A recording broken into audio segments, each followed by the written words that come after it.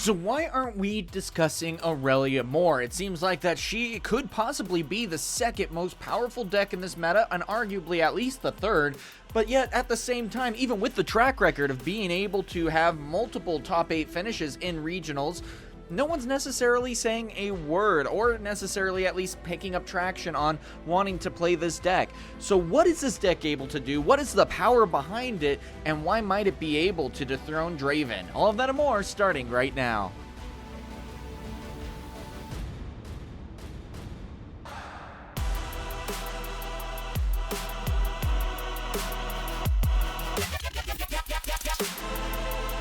And this is something really interesting because even when we, started talking about even the last regionals that just finished in Europe, we didn't necessarily talk about the rest of the meta that ended up finishing. I mean, we had a Aurora deck that was MF, and then we also had the Ezreal that was able to win it all. And that's really impressive, don't get me wrong. But at the same time, then we had an Irelia in 3rd place, and then 2 versions of Miracle Draven that ended up taking 5th and 6th. And so it's like, okay, cool. Well, where's the meta? Where's the stir about all of that? And so we'll get into that in another video. But mainly, I wanted to talk about Irelia because I am very curious to see, why she's been able to do what she does. She's never necessarily been able to make a finals appearance, though has gotten close in multiple tournaments, but no one's necessarily been like, oh man, Irelia is one of the best decks in the meta.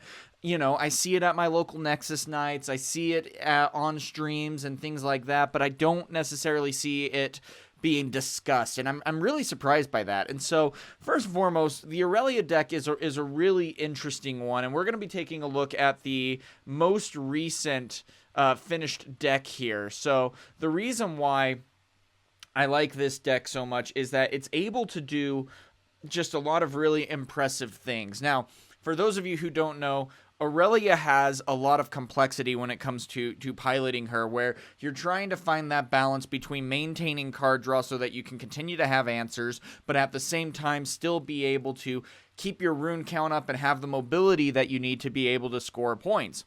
Now, her ability makes it very difficult to keep your runes because it specifically says that when you choose a friendly unit, you may exhaust me and pay a power cost to ready it. So a great way to be able to accelerate out your units maybe a little bit quicker and for cheaper than what you would need to do otherwise. But at the same time, you're going to be really struggling with the fact that you might not be able to sacrifice all the runes that you need. And that's going to be the hardest part, is you maybe will be spending a couple of turns trying to build up your rune count, trying to build up your base, and then you're finally able to start going. So you're going to see maybe a couple of turns where you're going to be starting out with playing out a Guardian Angel, and then you play out a Boots of Swiftness, and then after you get those couple of turns built up, then you play your Irelia. Now, the one thing that I do really like about this deck, though, is that it gives you the ability to maybe forego that without counting or costing you a lot of power by playing stuff out like maybe a sneaky deckhand when you're going second, or a lonely Poro. Stuff like that can be the points to give you the edge against your opponent so that you are then able to really impress them here. And I gotta say, I really do like this build because we've gone through a lot of different iterations where Irelia hasn't had the chance to find that proper budget. I mean, with the first couple of Irelia decks, especially over in the China regionals, it was much more of a spell slinging deck where you were maybe running, 5 units in total, 6 units, and then everything else was spell and equipment.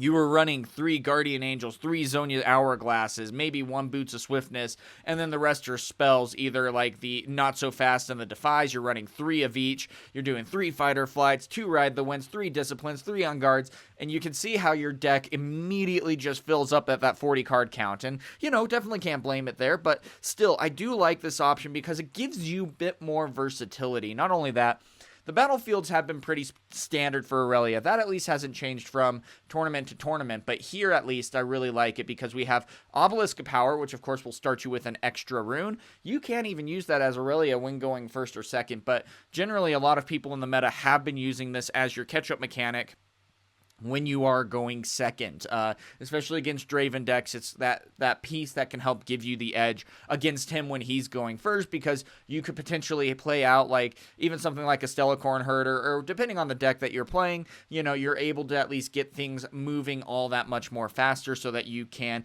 catch up to the power that Draven is able to have if he gets to the point of being able to set up his board state. Then next, of course, is Sunken Temple, one of my favorite ones for Irelia, because she's going to be able to capitalize on this battlefield, saying that when you move into this battlefield and conquer it, if you are mighty or have more than 5 might, then you are able to pay 1 and draw a card. So that's going to be very helpful there too, because one thing that Irelia has struggled with in previous builds is just not being able to maintain that card draw. And so now that we're able to at least guarantee one with Sunken Temple or Dreaming Tree, that's going to be giving us a lot more mobility, a lot more versatility when we are going against our opponents. Now, I do want to say that Irelia doesn't necessarily have to worry about the mites here. That's one of the nicest things, because it's like, well, especially with Irelia in particular, I'm covered. I'm good here. I got things set up. I'm gonna be fine, because it's like, well, if I do attack into Irelia, I need to hope for maybe more of the fight or flights, the switcheroos. That's going to be something that really can help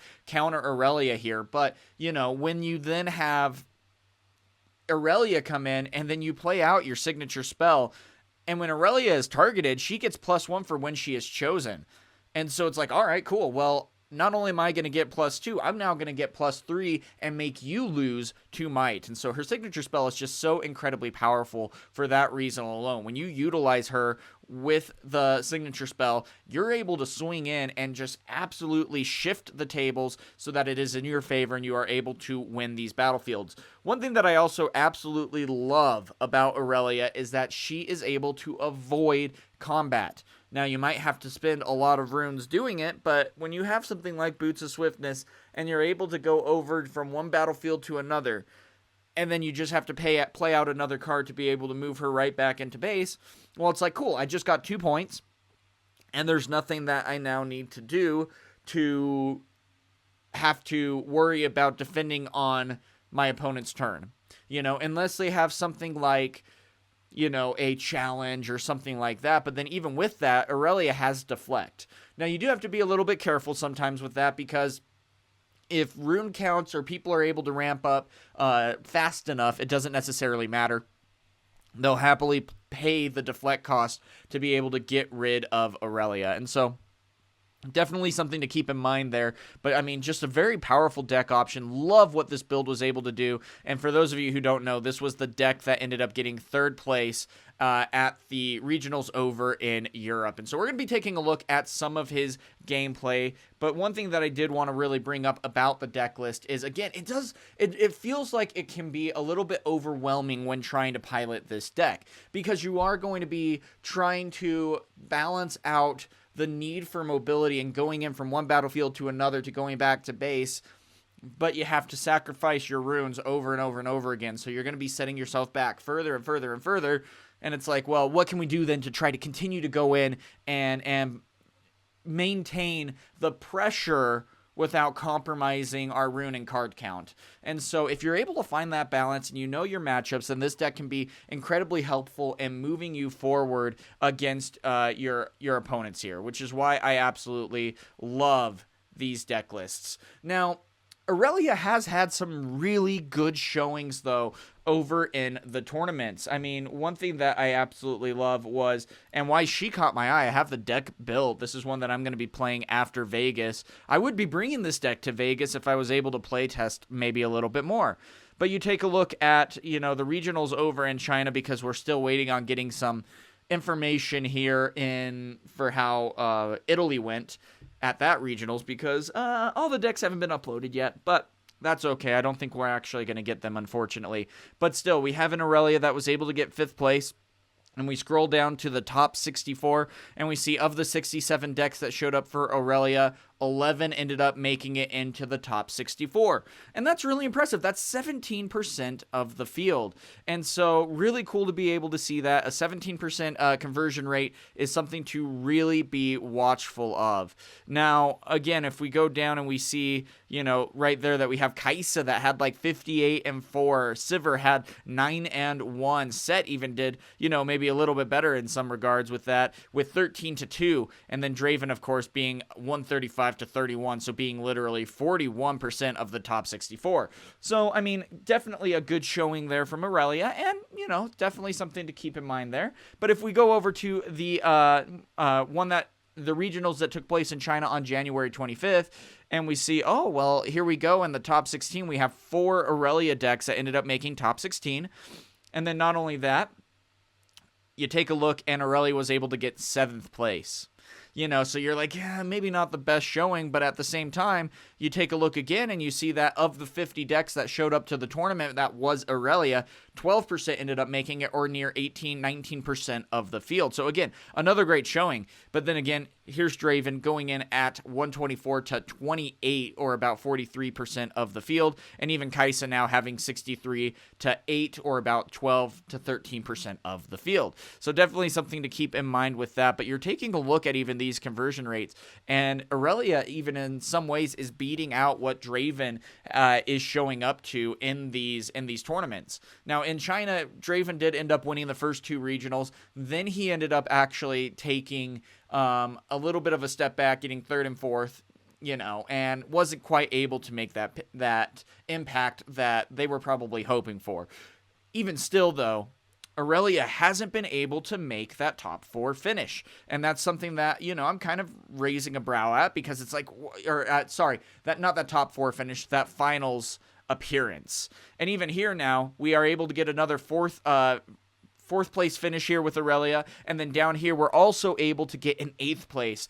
And then we take a look, and we see Irelia here, and out of the 11% of the field, 15% again was able to make it. And so in this case, I mean, that was a good climb for Kai'Sa, being able to get up to 19%. Draven again was able to be at 34% of the top 64. And so definitely a lot to keep in mind with all of that. And so again, and I do wish we had a little bit more data outside of the China regionals, but I mean, it is, again, some of the biggest tournaments that we've been able to have so far, and Irelia has still been able to have that good of showing. Now, one thing that I do definitely want to keep an eye on here is what Irelia was able to do over in the European regionals. I wish we had more gameplay. They ended up following, of course, the MF Aurora through a lot of day 2 in this case, and so we got a lot of gameplay of that. And then, unfortunately, we did not get to see the 3rd place Irelia really play after round 10, which is sad because, I mean, we did get another Irelia gameplay with LSU being able to have a good showing too. But in this case, it was sad because, a 3rd place finish deck didn't necessarily get any spotlight. And it's hard because I get it. There's only so much that you can record and upload at that point. But even still, it's something to keep in mind with all of that. So, with that, we're going to be taking a look at the gameplay where it was Spessy versus Kraus, and he was able to go 8 and 1 so far with this, and going against a Teemo. So really an interesting deck list, and this is basically Miracle Teemo. It's not even necessarily like a Teemo deck that you're going to be hiding here. It's more of you're just going to be playing the Ezreal template, and then in a Teemo deck to try to get like the best of Teemo, which ended up working. Spessy was able to get the best of Teemo, so good on him being able to do so. Now, likewise, at the same time, I do really like what Irelia is able to do here. You need to be able to balance out the early board presence and still being able to prepare for Irelia's arrival, because as soon as Irelia does get out onto the board,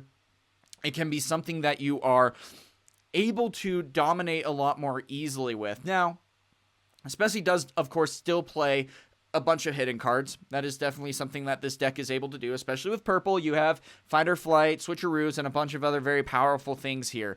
And so as we go into this game one, Spessy was able to really start to hit the ground running. Love that he had the border being able to just be accelerated in, and a lot of fun stuff going that way. And also, even the fact that Teemo was able to go 8-1, very impressive there. Now, at the same time, I want to watch what Irelia is able to do, because a lot of times it can feel like that Irelia is going to be taking that back seat a little bit. You're not going to be able to get as big of an impact as what you are hoping for here. But at the same time, as soon as you set up that board state, as soon as you get those cards drawn and you're set up for battle, it can be a very difficult thing for your opponent to start to try to come back and defend from. You get a fight or flight and you push them back, and it's like, all right, cool, well, I'm going to just then select them with a spell again, sacrifice a rune, which is a little bit of a risk, and then immediately get sent back in. And it's like, I just took care of Irelia. What can I do now about that? And so we now see the ability of tacking in. We have the GG easy Teemo, and that's again going to be the big thing. We just added 4 might. Well, now we're doing a 5 might swing at this point, where Irelia is going to be getting a +3, and then Teemo is going to be going down to 2, essentially, so not nearly as much of an impact there.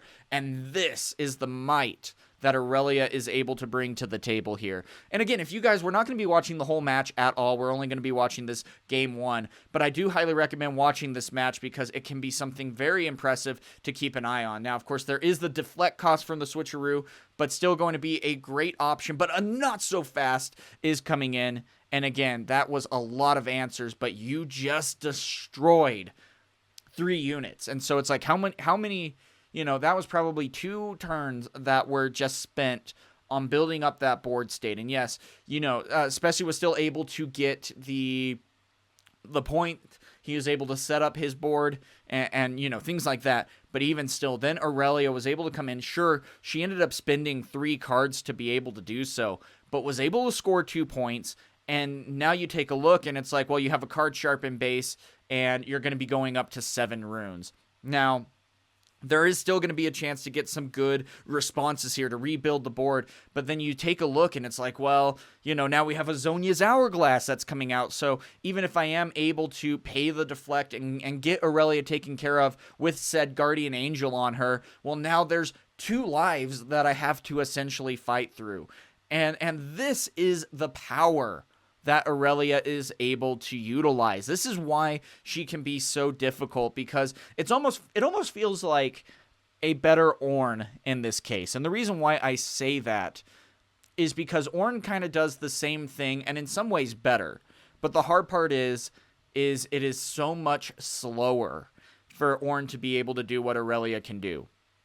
And that's the sad part. I wish Ornn was able to make a bit more of an impact in this meta, but even still, really fun options here to be able to get things moving, and Irelia is able to just get the speed and answer combats. That's going to be the biggest thing here, where it's like, all right, I'm going to be able to move in, I'm going to get things set up, and I'm going to be devastating this board state as quickly as possible. And we'll see what Teemo is able to do here, but finding a Nocturne is going to be a step in the right direction. I'm still undecided. I am running Nocturnes in my Sivir and in my Miracle Draven builds, but it's like when you draw them, it really sucks because it's a dead card, but at the same time, you already have so many ways to be able to utilize the Nocturnes to get them out of your hand, so they're not just filling up your hand at that point. Now, of course, on the move, the Pit Crew is going to be able to create the gold with the Coals, so great job there on Spessy being able to get that out, then immediately able to move back and passing, so gaining that point. Now, this is where Irelia can thrive. The big thing here that we're going to be keeping in mind is that she is going to be able to now conquer and get both points every single turn and then back right out. So we're going to be going to 5 to 6 to now going back to base. And that can be a little bit risky because you might see, your opponent be given the opportunity to start to set up their board. And especially when you're running something like purple, that can be very difficult to then try to do. And so it's like, all right, cool. Well, what can we do now about that to get things moving, to get things activated here? And that's going to be a good question, because if you don't have the hitting cards, if you don't have the ways to deal with the board states here, you're just going to be finding yourself at a bit of a loss and falling further and further behind, because Irelia can just keep bombarding. And there's even times that Irelia will happily just sacrifice one of her lives into a battlefield and then go right back to base. You activate an unguard. She gets +3, or maybe even a +2 if someone else is in the battle or in the base or battlefield with her. And then you immediately are able to just move right back in. And so this is a board state that you have to just keep in mind. How do you deal with this? And you're hoping to outlast the Irelia. You're hoping that she's not able to maintain the card draw, because if you're able to deal with her answers, then you might be able to outmight her. You might be able to push her away from the battlefields without it being completely to your detriment here. And so again, we're seeing what Pit Crew's able to do here, and I do really like what it was able to do, even late game.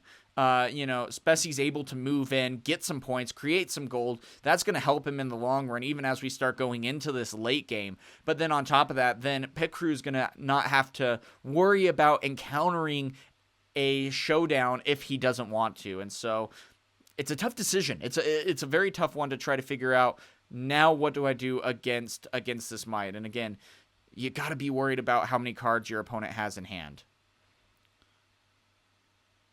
And so we'll see what Spessie's going to be able to do. But even with the Guardian Angel and the Zhonya's Hourglass, it is so difficult to have to take out Irelia 3 times. And so even at the beginning, Kraus just wasn't able to get a lot of points right off the bat. I mean, Spessie was at 4-1, I think, was the score count in the beginning. And now he is at a tie game. Now, this is the tricky part, though. It's like Irelia only has 2 runes up at the ready. But those 2 runes are very intimidating, and a nice job getting the border going again. That's going to immediately be readied up because you have 2 gear that is out. Treasure does count as that gear too, so now able to move in with the card sharp border and the Nocturne. So right there, a total of 5, 9, 13. So, 13, that's a pretty big swing. Now, you can ride the wind over, too. That might be something to... Or it looks like, yeah, the life is going to be spent at that point. The Zhonya's Hourglass opting to move back and able to take out 1 unit, though that still can hurt. And now Spessie is able to even spend his Seal of Discord to potentially even hide a card, not needing to even sacrifice here. Now, this is the scary part. You don't want to necessarily overextend, but you also have to defend. That's going to be the hardest part here. So Spessie is now going to be trying to get things moving here, trying to hold the fort. And Irelia has the rune count and cards in hand. So, and 2 runes, you got to be worried about maybe a switcheroo coming out again. But this is the last stand of Teemo. And again, Spessie has done a really good job on preparing to go against this unit. So immediately, though, the Pit Crew is going to fall. That's going to allow, that's going to be helpful because Candlelit Sanctum, if there is any ways to get card draw, and there is in this case, you have Stellacorn, so it can immediately move into the battlefield. On the move, it's going to draw a card, and man, having that discipline is a big deal. Then not only that, now being able to not only equip the Guardian Angel, but being able to choose her, add another life, because you can attack in, and if there's any answers, it'll fall right back to base, and then you can play the discipline, and, you need to get the Irelia up again. So it looks like, yeah, that's going to be the conquer there. Spessie didn't have any answers there, though, but man, if Spessie did, there still was maybe a couple of ways that could then be utilized to be able to go right back into the battlefield, whether it's a ride the wind or something along those lines. So great job there. And I gotta say, I'm a fan of Irelia. This is one, especially after I'm done with my regionals in Vegas, that I'm going to be starting to take a deeper dive in. I feel like that she could arguably be the second best deck or the first best deck, or the second or third best deck. Draven is still definitely going to be the best one, but Irelia is one of the decks to really take it to her opponent in that regard. And so we'll see what is able to be done, but still, there's a lot of great answers that Irelia is able to dish out that is so hard for your opponent to be able to answer and handle. And so I'm a fan, and I think that Irelia, especially as we maybe get some more sets, she might be able to get more and more powerful and could soon take that top spot. Time will tell, but if we get some good green cards coming in, I mean, we already have a lot that is there, but if we get just that little bit more power that Irelia is able to harness, she could be something to reckon with, and I would not be surprised if we see her in a finals appearance, potentially in Vegas. She's long overdue for that, and we'll see what ends up happening. And if I remember correctly, Krause even said that he did go against Allen in the semifinals. They didn't show that game, of course, but he was able to still take a game against Allen. And so pretty impressive there, and something to definitely keep an eye on. Aurelia is not a deck that needs to be, or that shouldn't be slept on, and needs to be respected in this meta. When I see it, it's like, all right, guys, this is going to be a grind. Let's get this going, and let's do what our deck can do and see if we are able to outlast the answers that Irelia has. It's one of the decks that I definitely fear and respect going against because of what it is able to dish out. So we'll see what ends up happening. But again, I am very excited to see what Irelia is going to be able to do over in Vegas. But guys, that's going to be it for now. Are you possibly going to be running Irelia? Is this a card that you are wanting to pilot? What do you think? Is Irelia in the top 3, or is there maybe a different order in which you would put things? Let me know down in the comments below, and until next time, guys, have a good one.